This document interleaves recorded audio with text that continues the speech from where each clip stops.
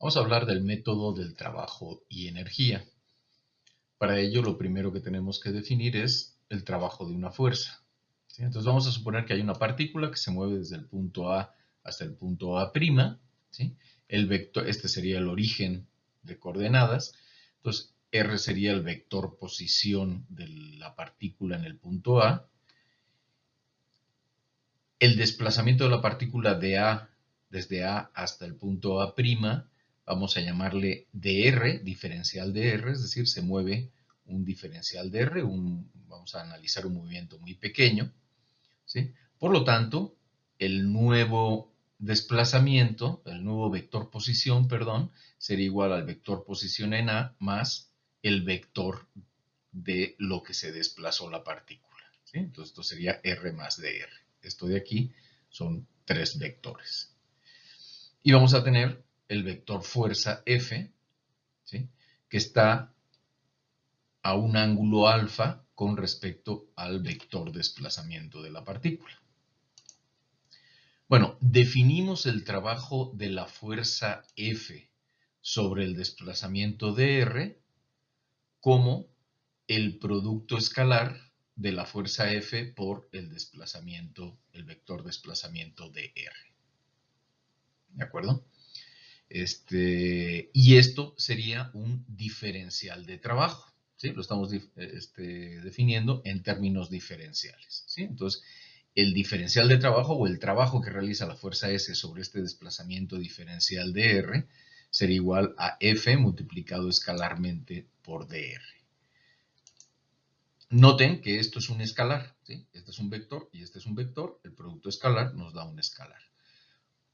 Por un lado podemos decir, bueno, el producto escalar es igual a la magnitud de uno de los vectores por la magnitud del otro vector por el coseno del ángulo que forman. Por lo tanto, sería igual a la magnitud de F por lo que se desplazó, que podemos llamarle diferencial de S, ¿sí? Por el coseno de alfa.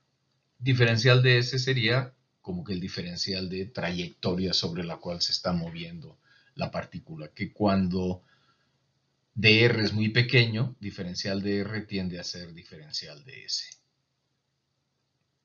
También, por la misma definición del producto escalar, tenemos que el producto escalar de dos vectores es la suma de las multiplicaciones de las componentes una a una, ¿sí? Entonces sería la componente x de f por la componente x del desplazamiento, que es de x, más la componente y de la fuerza por la componente y del desplazamiento, que es de y, más la componente z de la fuerza por la componente z del desplazamiento, que es z, de z.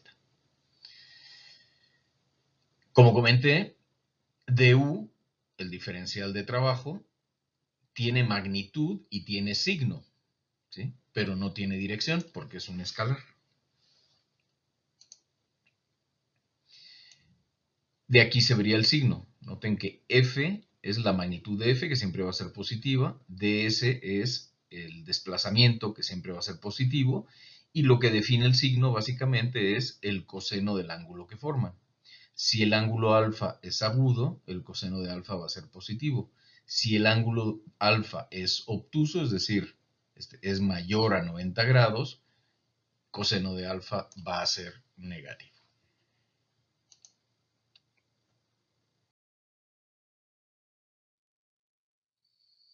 Ahora vamos a fijarnos, hemos hablado del diferencial de trabajo, es decir, cuál es el trabajo o cómo definimos el trabajo cuando una partícula se mueve o se desplaza una cantidad diferencial, una cantidad muy pequeña. Pero, ¿qué sucede si yo lo que quiero calcular es el trabajo o definir el trabajo cuando esa cantidad, cuando ese desplazamiento es más grande? Bueno, vamos a suponer que tenemos una partícula que se mueve desde el punto A1 hasta el punto A2. ¿Sí? Entonces vamos a sacar una fotografía en algún punto intermedio. ¿Sí? Esta es la partícula que está en un punto A y este sería el desplazamiento de S, muy chiquitito. ¿Sí? A nivel vectorial sería el desplazamiento diferencial de R, a nivel escalar sería ds. Cuando dr es muy pequeñito, la magnitud de dr tiende a ser igual a la magnitud de ds. Y esto es la fuerza que tiene un ángulo con respecto a la trayectoria igual a alfa. Bueno, de este punto, de este origen, vamos a decir que la distancia sobre la trayectoria del origen a A1 es S1 y la distancia sobre la trayectoria desde el origen hasta A2 vamos a decir que es S2. Noten que S2, por ejemplo, no sería R2, por llamarlo de alguna manera, ¿sí? El vector posición del punto A2 sería un vector que va de O hasta A2. Su magnitud no sería igual a S2, ¿sí? Nada más sucede eso cuando DR o DS tienden a cero, cuando son muy chiquitos. Bueno, si yo sé que el diferencial del trabajo para moverse diferencial de S es diferencial de R por F por el coseno del ángulo alfa, o lo que es lo mismo, el producto escalar de F por dr, el trabajo total realizado desde A1 hasta A2 sería la suma de todos los diferenciales de trabajo que se van generando durante la trayectoria. Esa suma de todos los diferenciales de trabajo se representa como la integral desde A1 hasta A2 de F por diferencial de R. ¿Sí? La integral, recordemos que no es más que una sumatoria de diferenciales. Y ese sería el trabajo realizado por la partícula para ir del punto 1 al punto A2. De ahí podemos decir que el trabajo para ir desde el punto A1 hasta el punto A2 es la integral de este producto escalar, que no es más que la magnitud de uno de los vectores por la magnitud del otro vector, que habíamos visto que es ds, multiplicado por el coseno del ángulo que forman.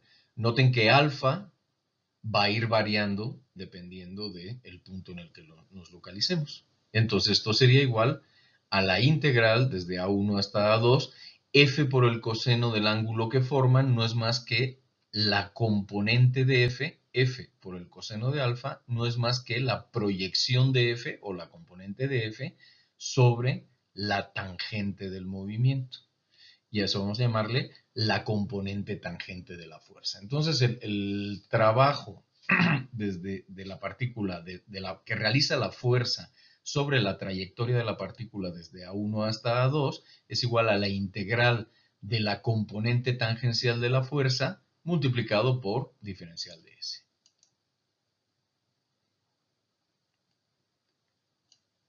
Si nosotros lo representamos gráficamente y tenemos la función f de t en función de S, ¿sí? ¿Cuánto vale la componente tangencial de la fuerza en función de la trayectoria?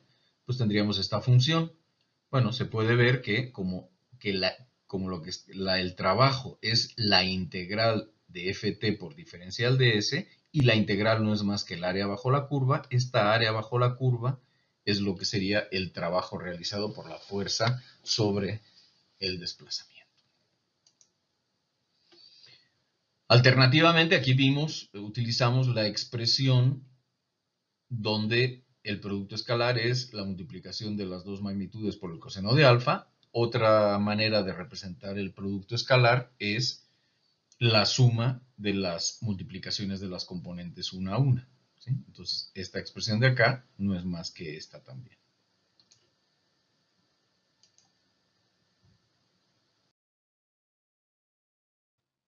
Vamos a ver el caso particular del trabajo que realiza una fuerza constante, es decir, que no cambia ni en magnitud, ni en dirección, ni sentido, por supuesto, sobre una partícula que se está moviendo a lo largo de una trayectoria rectilínea. Entonces vamos a ver cuál es el trabajo que realiza dicha fuerza desde que la partícula se encuentra en el punto A1 hasta que se encuentra en el punto 2.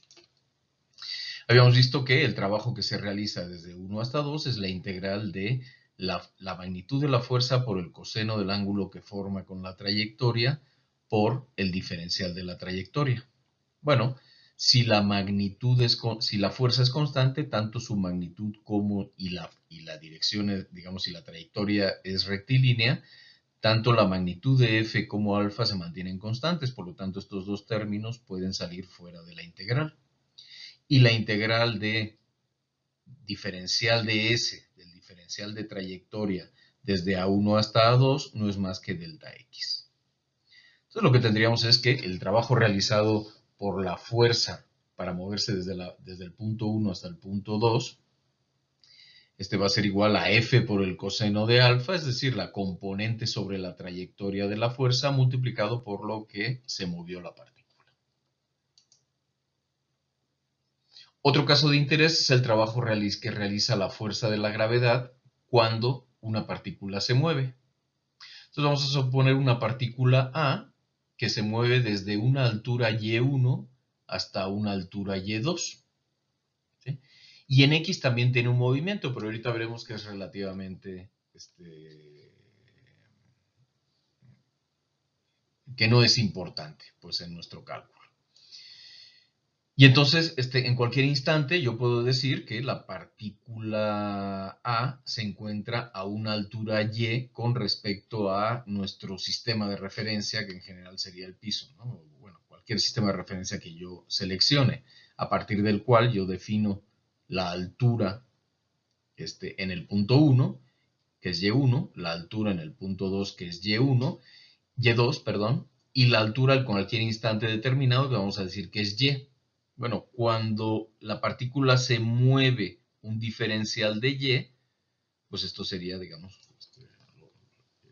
el diferencial de movimiento sobre el cual vamos a trabajar. Desde luego, la partícula vamos a suponer que tiene un peso W, y ese peso W va hacia abajo, va en sentido opuesto a Y, si estamos suponiendo Y positivo para arriba.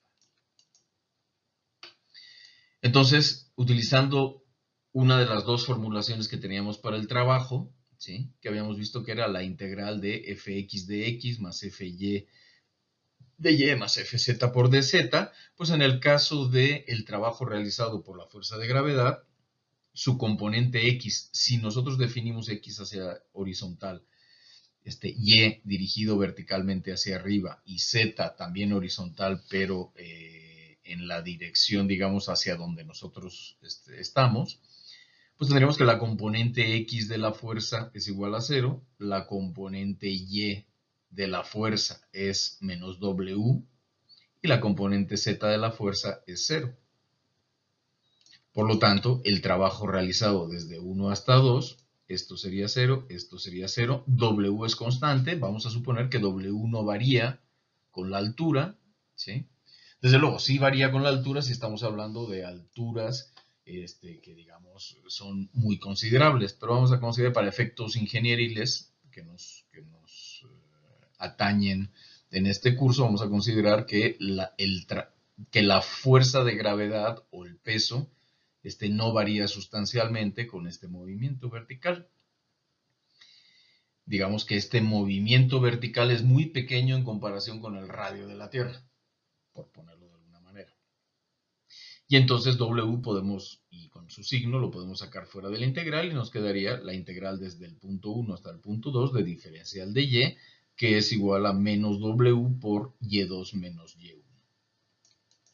O lo que es lo mismo, el trabajo realizado por el peso desde que me muevo, desde que estoy en el punto 1 hasta que estoy en el punto 2, es igual a el trabajo, la magnitud, perdón, de la fuerza, del peso, la magnitud del peso, multiplicado por el cambio en la altura, ¿sí? Por lo que subió la partícula, con signo menos. Esto es debido a que el peso va hacia abajo y el movimiento positivo lo estoy suponiendo hacia arriba. Si yo supusiera Y hacia abajo, pues esto sería positivo, ¿no? Pero en términos generales vamos a suponer Y hacia arriba y por lo tanto el peso va hacia abajo y por lo tanto el trabajo va a ser negativo.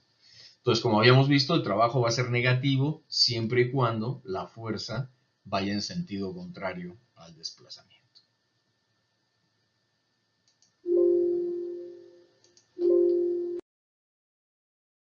El caso de interés es el trabajo realizado por la fuerza que ejerce un resorte o un muelle sobre una partícula que se mueve. Esto, ¿por qué es de interés? Bueno, porque muchos materiales se consideran para efectos prácticos, por lo menos en el nivel de deformaciones que se manejan en ingeniería, como materiales que tienen un comportamiento elástico lineal, ¿sí? Es decir, que siguen la ley de Hooke. Es decir, que la deformación del material es proporcional a la fuerza interna que genera o que se opone a esa deformación. Entonces, por lo tanto, es de interés saber cuál es el trabajo que realiza una fuerza que ejerce un resorte lineal, ¿no? Un resorte elástico lineal. Entonces vamos a suponer que tenemos una partícula que está sujeta a un resorte que no está deformado, por lo tanto no tiene ninguna fuerza que actúa sobre la partícula, que de repente esta partícula la movemos una cantidad x1, ¿sí? Y entonces nuestro resorte se deforma una cierta cantidad y empieza a ejercer una fuerza sobre la partícula. Y queremos ver cuál es el trabajo que realiza esa fuerza que ejerce el resorte sobre la partícula cuando esta partícula la movemos desde A1 hasta A2. ¿Sí? Es decir, cuando la deformación del resorte, desde que la deformación del resorte es x1 hasta que la deformación del resorte es x2. Bueno, para ello, como hemos hecho en los casos anteriores, vamos a estudiar qué sucede en un punto intermedio entre x1 y x2. Vamos a decir en un punto x, ¿sí? Cuando tenemos una deformación x, tenemos que, ya sacamos el diagrama de cuerpo libre de la partícula. Las fuerzas que actúan son básicamente la fuerza del resorte, la fuerza F, que ejerce el resorte sobre la partícula, y vamos a analizar un diferencial de movimiento diferencial de x. Bueno, sabemos que la fuerza que está ejerciendo el resorte sobre la partícula va a ser una fuerza igual a la constante del resorte por la deformación total del resorte. Entonces, podemos decir que la magnitud de F es igual a K, que es la constante del resorte, multiplicado por la deformación total del resorte. Sabemos, por otro lado, que el trabajo que se realiza para ir desde el punto 1 hasta el punto 2 por esta fuerza va a ser igual a la integral desde el punto 1 hasta el punto 2 de la multiplicación de la componente x de la fuerza por el desplazamiento diferencial en la dirección x más la componente y de la fuerza por el desplazamiento diferencial en y más la componente z de la fuerza por el movimiento diferencial en z. Bueno, tanto las componentes como los movimientos diferenciales en y z son nulos. Por lo tanto, lo único que queda es fx por diferencial de x y sabemos que fx no es más que k por x. Pero cuidado porque va en sentido opuesto a x, por lo tanto, la componente en x de la fuerza va a ser igual a la magnitud de la fuerza, que es k por x, con signo menos, porque va en sentido opuesto a x, ¿sí? Y todo eso multiplicado por diferencial de x. Bueno, k menos k puede salir fuera de la integral y lo que me queda es la integral de x diferencial de x, que no es más que 0.5 por x al cuadrado desde a1 hasta 2. Entonces, esta integral finalmente nos queda como esta expresión de acá, que es menos 0.5 de k por la deformación final al cuadrado menos la deformación inicial al cuadrado, que también se puede expresar, sin el signo menos, como 0.5 de k por la deformación inicial al cuadrado menos la deformación final al cuadrado. Cualquiera de las dos expresiones son totalmente válidas. Bueno, si nosotros nos fijamos en la integral, nos damos cuenta que esto de acá es la función k por x, ¿sí? Que no es más que la función que nos relaciona a la fuerza del resorte con la deformación del resorte, que es lineal. Bueno, k por x por diferencial de x, la integral de k por x por diferencial de x es la integral de esta función por diferencial de x, desde a1 hasta a2. Y eso no es más que el área bajo la curva, por la misma definición de la integral. ¿Sí? Entonces, el trabajo que realiza la fuerza interna, vamos a llamarle así, del resorte sobre la partícula es el área bajo la curva de la función fuerza contra desplazamiento con signo menos.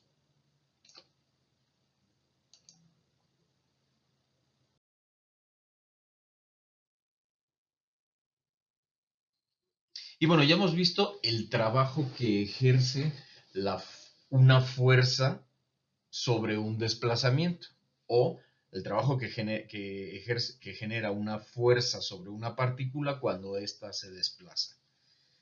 vamos a hablar de la energía cinética. Entonces vamos a suponer esta partícula que tiene una masa m, ¿sí? Y que se mueve desde el punto 1 hasta el punto 2, ¿sí? Y sobre la cual existe o se aplica una fuerza F que está, como habíamos visto, a un ángulo alfa de la tangente de la trayectoria. Aquí tendríamos la componente tangencial y la componente normal de las fuerzas. Bueno, habíamos visto que el trabajo realizado para ir desde el punto 1 hasta el punto 2 por esta fuerza es la integral desde A1 hasta A2 de la componente tangencial de la fuerza multiplicado por diferencial de S, que es el diferencial de trayectoria. Pero la fuerza tangencial sabemos que es igual a la masa por la aceleración tangencial. Y la aceleración tangencial sabemos que es la derivada de la velocidad con respecto al tiempo. Yo puedo intercambiar este diferencial de velocidad con este diferencial de S y obtendríamos esto de acá. La derivada del desplazamiento sobre la trayectoria con respecto al tiempo no es más que la velocidad, otra vez. Y realizando esta integral, si la masa es constante, la podemos sacar fuera. Y la integral de v diferencial de v no es más que 0.5 de v al cuadrado desde A1 hasta A2, es decir, 0.5 de la masa por la velocidad final al cuadrado menos 0.5 de la masa por la velocidad inicial al cuadrado.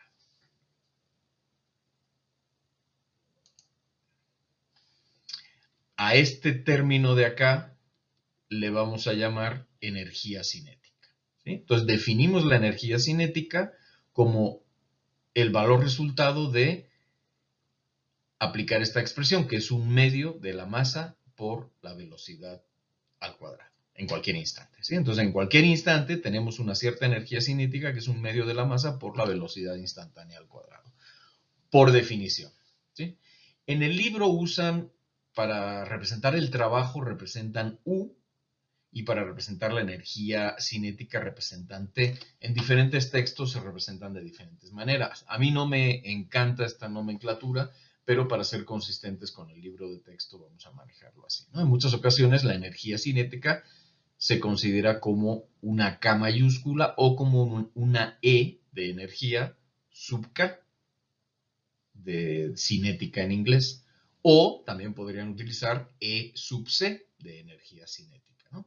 Entonces el chiste es que el concepto lo tengamos claro, la nomenclatura, como vemos, depende del autor. Y entonces lo que tenemos, si definimos la energía cinética como un medio de la masa por la velocidad al cuadrado en cualquier instante, pues tenemos que el trabajo realizado por la fuerza F sobre la partícula cuando ésta se mueve del punto 1 al punto 2 no es más que el cambio de energía cinética, ¿sí? Es la energía cinética final menos la energía cinética inicial. Esto de acá es el principio del trabajo y la energía, ¿sí? Y el principio del trabajo y la energía lo que nos dice es que el trabajo que la fuerza F realiza es igual al cambio de la energía cinética de la partícula. Y este es un principio que vamos a utilizar en los siguientes problemas de ejemplo que van a venir en los siguientes videos y en sus tareas y sus autoevaluaciones.